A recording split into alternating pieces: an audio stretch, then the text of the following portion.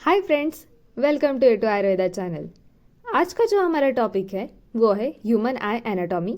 इसमें हम उसके स्ट्रक्चर एंड फंक्शंस वो भी देखने वाले हैं। अगर आप मेरे चैनल पे न्यू हैं तो लाइक, शेयर एंड सब्सक्राइब ज़रूर कीजिएगा। तो चलिए शुरू करते हैं। तो चलिए सबसे पहले हम इंट्रोडक्शन देख लेते हैं आई का। तो इसमें हम उसका सिनोनिम देखते हैं। आई को हम बल्बस ऑक्यूलाई ये भी कहते हैं, आई बॉल को। ये उसका एक दूसरा नेम है। और आई क्या होती है? It is the organ of vision, मतलब ये सेंस ऑर्गन में से एक है और इससे हम विजन देख सकते हैं, means it's the organ of vision. इसकी लोकेशन क्या है? It's located in the I socket of the skull, मतलब जो ऑर्बिट होता है स्कल में, उसमें आई बॉल जो होती है वो हमारी लोकेटेड होती है। इसका हम शेप एंड डायमेंशन देखते हैं। इसका जो शेप होता है वो स्पेरिकल होता है, मतलब it not a true sphere, लेकिन स्पेरिकल कह सकते हैं। डायमेंशन 2.5 सेंटीमीटर होता है, यानी कि 1 इंच। ये जो ऑल डायमेंशन में अप्रोक्सीमेटली इसका ऐसा ही डायमेंशन आता है, एंटीरियर पोस्टीरियर। अब हम देखते हैं कोट्स ऑफ आई बॉल। इसके 3 डिफरेंट कोट्स आते हैं आई बॉल के। इसमें आउटर, उसे फाइब्रस कोट भी कहते हैं। मिडल कोट होता है, उसे हम वैस्कुलर कोट कहते हैं।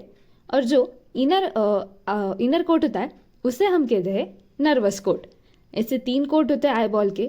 और इसके अंदर कौन से स्ट्रक्चर आते हैं ये हम अब देखते हैं। आउटर कोट में स्क्लेरा एंड कॉर्निया, ऐसे 2 स्ट्रक्चर आते हैं। मिडल कोट में iris, ciliary body and choroid होता है। और इनर कोट में रेटाइना एंड ऑप्टिक नर्व, ये 2 स्ट्रक्चर आते हैं। तो ये इंपॉर्टेंट होता है कि कोट्स क्या है आई बॉल के और उसका सिनोनिम, दूसरा नाम क्या है, वो याद रखना इंपॉर्टेंट होता है। और उसके अंदर कौन से स्ट्रक्चर आते हैं, इसी के वाइज फिर हम जो आगे है वो याद रख सकते हैं अच्छे से। यहाँ पे अब मैंने आपको एक पिक्चर दिखाई है। इसमें आइरिस और प्यूपिल के बारे में आप देख सकते हैं। आइरिस मतलब कलरफुल पार्ट, प्यूपिल मतलब जो होल होता है आइरिस के बीच में, उसे कहते हैं। लैटरल और मीडियल कैंथस बताया गया है। लिम्बस भी बताया गया है, मतलब जो कॉर्निया और स्क्लेरा का जंक्शन होता है। और एक डायग्राम है, इसमें आपको एनाटॉमी अच्छे से दिख रही होगी कि आएगी क्या है। सबसे पहले जो हमने आउटर कोट देखा, फिर इनर कोट और मिडल कोट, ये 3 भी कोट इसमें कवर किए हैं। तो आप इसे ध्यान से देखिएगा और पढ़ लीजिएगा। तो अब हम सबसे पहले स्क्लेरा देखते हैं। तो स्क्लेरा, इसके बारे में हम सबसे पहले पढ़ते हैं। स्क्लेरा क्या होता है? ये एक डेंस हार्ड लेयर होता है जो कि अवैस्कुलर एंड ओपेक, ये इसके कैरेक्टरिस्टिक है। स्क्लेरा क्या करता है? जो आईबॉल का पोस्टीरियर 5-6 पार्ट है वो स्क्लेरा फॉर्म करता है। मतलब पीछे का जो पार्ट है, वो जो हमारा व्हाइटिश पार्ट होता है ना आईबॉल का, उसे स्क्लेरा कहते हैं, जो व्हाइट पार्ट होता है वो। और the junction between sclera and cornea, उसे हम कहते हैं लिम्बस या फिर स्क्लेरोकॉर्नियल जंक्शन, आप ऐसे भी याद रख सकते हैं। और एक इम्पॉर्टेंट पॉइंट है इसमें कि सब कोरोइडल स्पेस मतलब क्या होती है। तो it is a potential space found between the sclera and choroid. तो इन दोनों के बीच में जो स्पेस होती है, मतलब कोरोइड मिडल लेयर है ना, और ये आउटर लेयर, तो इन दोनों के बीच में जो स्पेस है उसे कहते हैं सब कोरोइडल स्पेस। स्क्लेरा के 2 इंपॉर्टेंट फंक्शंस होते हैं, maintain the shape of the eye ball and its give attachment to extrinsic muscle. ये 2 फंक्शन है स्क्लेरा के। मैंने ना मतलब शॉर्ट में बताया है और सारे पॉइंट्स भी कवर किए, ज़्यादा लेंदी भी नहीं होने दिया। इसमें इसके एनाटॉमी एंड फंक्शन ये दोनों पॉइंट कवर हो जाते हैं, मतलब जो इंपॉर्टेंट पॉइंट्स होते हैं वो भी इंक्लूड हो गए इसमें। अब हम आगे देखते हैं कॉर्निया के बारे में। तो कॉर्निया क्या है? ये अवैस्कुलर एंड ट्रांसपेरेंट पार्ट है, मतलब अवैस्कुलर स्क्लेरा भी है, लेकिन स्क्लेरा ओपेक है और कॉर्निया ट्रांसपेरेंट है। Cornea forms 1/6 anterior part of the eye ball, मतलब एंटीरियरली कॉर्निया होता है और पोस्टीरियरली अगर हम देखें तो वो स्क्लेरा होता है। And it continuous with the sclera. Cornea के ना 5 लेयर्स होते हैं जो कि बहुत इंपॉर्टेंट होता है। इसमें इपिथेलियल लेयर होता है, बाउमन्स मेम्ब्रेन होता है, स्ट्रोमा होता है, डेस्मेंट्स मेम्ब्रेन एंड एंडोथेलियल लेयर। ये 5 लेयर इंपॉर्टेंट है। इसकी जो डायग्राम है ना वो मैंने लास्ट में बताई है, वहाँ पे भी हम एक बार फिर से इसे एक्सप्लेन करेंगे कि कॉर्निया के 5 लेयर, विद डायग्राम लास्ट में है, तो आप इसे नोट डाउन कर लीजिएगा। तो वो जो कॉर्निया होता है it is supplied by branches of ophthalmic nerve. ये नर्व सप्लाई बताया है कॉर्निया का। और कॉर्निया जो होता है ना it is one of the important refractive media. ये एक इंपॉर्टेंट पॉइंट है। मतलब अगर हमें क्लियर विजन चाहिए तो कॉर्निया का जो कर्वेचर है वो स्मूथ, ट्रांसपेरेंट और उसकी यूनिफॉर्म सरफेस होना चाहिए, तभी हमें जो इमेज है वो क्लियर मिलेगी। इसलिए कॉर्निया इंपॉर्टेंट है रिफ्रैक्टिव मीडिया में। और जो कॉर्निया की डायोप्टर पावर है वो +43 टू +45 D ये है। डायोप्टर पावर मतलब क्या होता है कि हाउ स्ट्रांगली जो लाइट होती है वो हमारी लेंस फोकस और डीफोकस कर सकती है। इसे ही हम ऑप्टिकल पावर भी कहते हैं। ये जो मैंने कॉर्निया की पॉइंट्स बताई है उसे आप नोट डाउन जरूर कर लीजिएगा। अब हम देखते हैं वैस्कुलर कोड के बारे में। इसे यूवेल ट्रैक्ट भी कहते हैं। तो इसमें posterior uvea and anterior uvea ऐसे दो पार्ट्स आते हैं। तो एंटीरियर यूविया में आइरिस और सिलेरी बॉडी ये इंक्लूड होता है और पोस्टीरियर यूविया में कोरॉइड ये इंक्लूड होता है। तो इसे आप याद रखिएगा। तो these three structure related to each other and also with the corneal endothelium. So affection of one structure spread to the other three structure.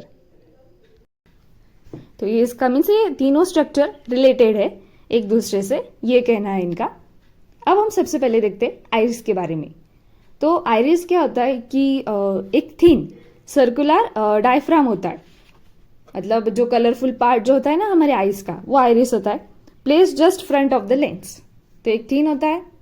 There is a aperture in the centre of variable size. मतलब variable size का एक aperture होता है of variable size, तो उसे हम क्या कहते हैं, प्यूपिल, जहाँ से लाइट रेज होती है वो अंदर एंटर करती है। तो आइरिस किससे बना होता है, कनेक्टिव टिश्यू स्ट्रोमा, उसमें पिगमेंटेड सेल्स होते हैं, मसल फाइबर होते हैं और अब्यूंडेड वेसल्स एंड नर्व होते हैं। और वो पिगमेंटेड सेल की वजह से ही हमें कलर आता है, मीन्स जो हमारे आइज को कलर होता है वो। अभी इसके आगे और इन्फॉर्मेशन है, that is iris separated means iris separate from cornea. तो वो जो एंगल होता है ना उसे इरिडोकॉर्नियल एंगल ऐसा कहते हैं। आइरिस में दो मसल्स होती है, एक तो sphincter muscle and dilator muscle. वो जो स्पिंक्टर मसल होती है वो प्यूपिल का कॉन्ट्रैक्शन करने का काम करती है and dilator muscle dilation of प्यूपिल ये वर्क करती है। तो आपको ये दो याद रखने हैं। और जो कलर होता है ना वो मैंने कहा था the amount and type of melanin pigment present in the stroma, उस पर डिपेंड करता है कि कितना, अगर ज़्यादा मेलानिन हुआ तो कलर भी हमारा ब्राउन और ब्लैकिश में चला जाता है आइरिस का। और ये उन्होंने कहा है कितना अमाउंट और कौन से टाइप का पिगमेंट है इस पर हमारा आइरिस का कलर डिपेंड करता है। तो आइरिस के भी जो पॉइंट्स थे वो मैंने बता दिए हैं। नेक्स्ट हम देखते हैं सिलेरी बॉडी के बारे में। तो ये कहाँ फाउंड होती है, it is found between the iris, मतलब फ्रंट में आइरिस एंड द कोरॉइड, इन दोनों के बीच में हमें सिलेरी बॉडी दिखती है। तो इसके भी ना पार्ट्स होते हैं, जैसे कि सिलेरी मसल होती है, सिलेरी प्रोसेस होती है और सस्पेंसरी लिगामेंट। ये तीन इसके पार्ट्स होते हैं, इसके अंडर आते हैं। तो सिलेरी मसल के बारे में हम देखते हैं। तो ये क्या होती है, एक नॉन स्ट्राइटेड मसल होती है जो कि रिस्पॉन्सिबल फॉर द एकोमोडेशन। तो ये हो गया मसल के बारे में। अब हम देखते हैं सस्पेंसरी लिगामेंट, इसे जोनुलाज ऑफ जिन ऐसा भी कहते हैं। तो ये क्या करते हैं, सिलेरी बॉडी को लेंस से कनेक्ट करने का काम इनका लिगामेंट्स का होता है। सो लेंस का किन से कनेक्ट होती है, सस्पेंसरी लिगामेंट से टू द सिलेरी बॉडी। तो आप ये जो पॉइंट्स है वो नोट डाउन कर लीजिएगा। आगे मैंने ना इसकी डायग्राम बताई है कि ये जो सस्पेंसरी लिगामेंट कैसे कनेक्ट होता है। अगर सिलेरी मसल्स जो है वो रिलैक्स हुए तो सस्पेंसरी लिगामेंट टाइट हो जाएंगे, इससे जो हमारी लेंस है वो थिन हो जाएंगी। और ना सिलेरी मसल दो टाइप्स के होते हैं, एक तो रेडियल और सर्कुलर। और ये जो काम है रिलैक्स करने का वो रेडियल मसल्स का है। तो यहाँ पे आप समझ सकते हैं, अगर वो रिलैक्स हुई तो रेडियल मसल का काम है, क्योंकि रेडियली स्प्रेड है ना। अगर सिलेरी मसल जो है वो कॉन्ट्रैक्ट हुई तो सस्पेंसरी लिगामेंट रिलैक्स हो जाएगा और हमारे लेंस जो है वो थिक हो जाएंगे, मतलब रिफ्रैक्टिव पावर बढ़ेगी। और ये किस मसल का काम है, सर्कुलर मसल का। मतलब सिलेरी मसल के दो टाइप्स, रेडियल एंड सर्कुलर। तो रेडियल मसल लेंस को थिन करती है और सर्कुलर मसल जो हमारी लेंस है उसको थिक होने में मदद करती है। तो इतना पॉइंट आप याद रखिएगा। अब हम देखते हैं कोरॉइड के बारे में। तो कोरॉइड क्या होता है, बिटवीन स्क्लेरा एंड रेटिना, इन दोनों के बीच में वो होता है। and it consists of blood vessel, loose connective tissue and pigmented cells. अभी इसमें क्या होता है, स्ट्रक्चर, इसके स्ट्रक्चर 3 स्ट्रक्चर होते हैं, outer, middle and inner. Outer में सुप्रा कोरॉइड होता है next to sclera, middle vascular layer भी बोलते हैं इसे, और इनर को choriocapillaris plus Bruch membrane जो कि रेटिना के पास होती है. मतलब आउटर स्क्लेरा के पास है और जो इनर लेयर है वो रेटिना के पास है. तो ये इसके 3 स्ट्रक्चर हो गए, इसे भी आप नोट डाउन कर लीजिएगा ज़रूर. अब हम इसके फंक्शन देखते. तो ये nutrition and oxygen to outer retina को प्रोवाइड करता है, remove waste product, absorb stray light मतलब रिफ्लेक्शन को प्रिवेंट करता है, ये helps in temperature control of retina, supports retina with growth factor. मतलब ये कोरॉइड के मैंने फंक्शंस बता दिए हैं कि क्या क्या है फंक्शंस ऑफ कोरॉइड. अब हम मोस्ट इंपॉर्टेंट रेटिना के बारे में देखते हैं. तो रेटिना क्या होता है, ये एक थिन डेलिकेटेड इनर लेयर होता है, मतलब सबसे थिन और सबसे अंदर वाली लेयर आई बॉल की. यहाँ पे आप डायग्राम मैंने दी है, आप उसे भी देख सकते हैं ध्यान से. इसके फीचर क्या है, इसमें ऑप्टिक डिस्क है, मैक्यूला ल्यूटियाई, फोविया सेंट्रालिस है, रॉड्स एंड कॉन सेल्स है. सबसे पहले हम ऑप्टिक डिस्क के बारे में देखते हैं, जहाँ पे optic nerve fibre leave the eye, वो जो स्पेस होती है उसे ऑप्टिक डिस्क कहते हैं. और ऑप्टिक डिस्क में कोई भी रॉड्स एंड कोन सेल्स नहीं होते, that is insensitive to light, इसलिए हम उसे ब्लाइंड स्पॉट कहते हैं, क्योंकि कोई फोटो रिसेप्टर्स ही नहीं है ना, तो इसलिए ब्लाइंड स्पॉट. आप डायग्राम एक बार अच्छे से देख लीजिएगा पॉज करके. अब हम सेकेंड जो पॉइंट है, mean second feature macula lutea.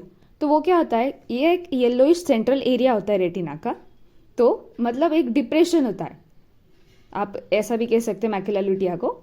Fovea centralis क्या है, जो मैक्यूला ल्यूटिया का सेंटर है उसे हम कहते हैं फोविया सेंट्रलिस, और वहाँ पे सिर्फ कोन सेल्स ही होती है, इसलिए वहाँ पे मैक्सिमम क्लियर विजन हमें मिल सकती है देखने को.